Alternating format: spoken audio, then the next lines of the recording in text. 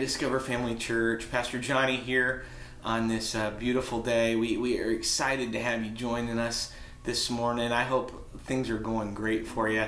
I hope you're enjoying some of these devotions that we're bringing you, and I hope they're ministering to you really well. Today I want to continue on talking through Matthew. And we're up in chapter 4 of Matthew. Now, chapter 3, we walked through the other day and talked about Jesus getting baptized from John the Baptist, but it reiterated the fact that Jesus was sinless, yet he was baptized as an example to us of what it means to truly make a public proclamation of our faith.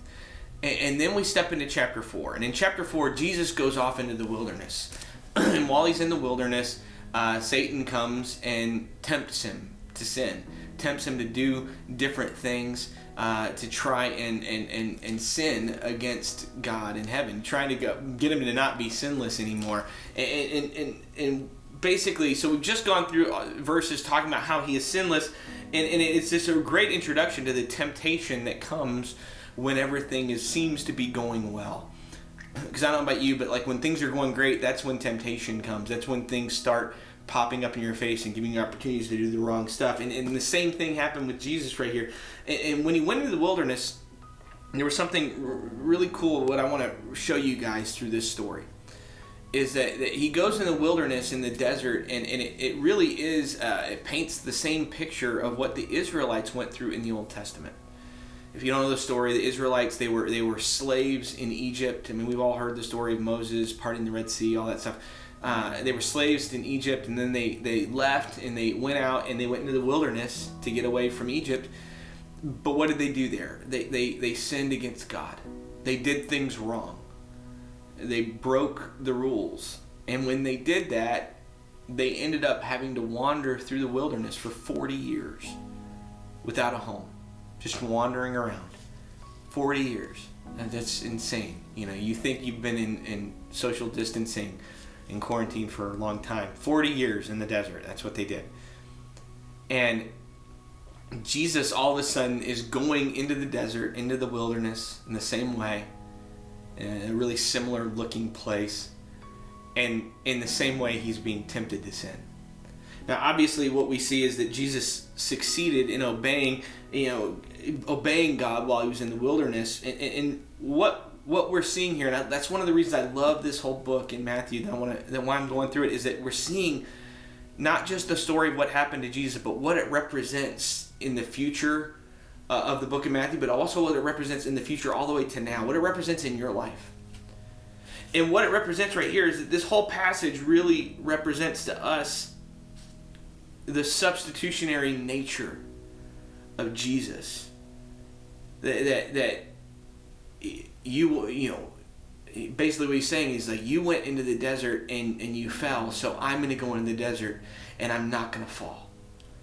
And it paints a really simple picture of what is going to come, and what the nature is of his death, really.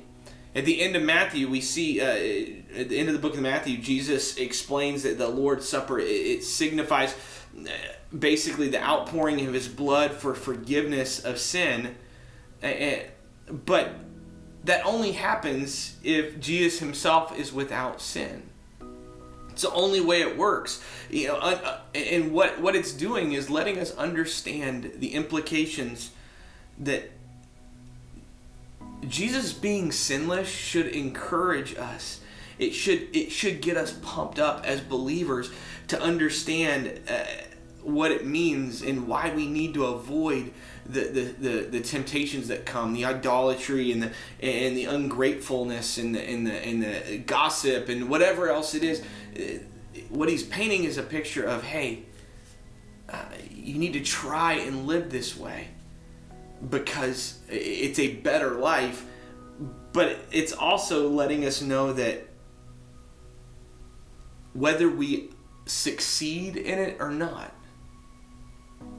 that he's already been to the wilderness for us. That he's already paved the way.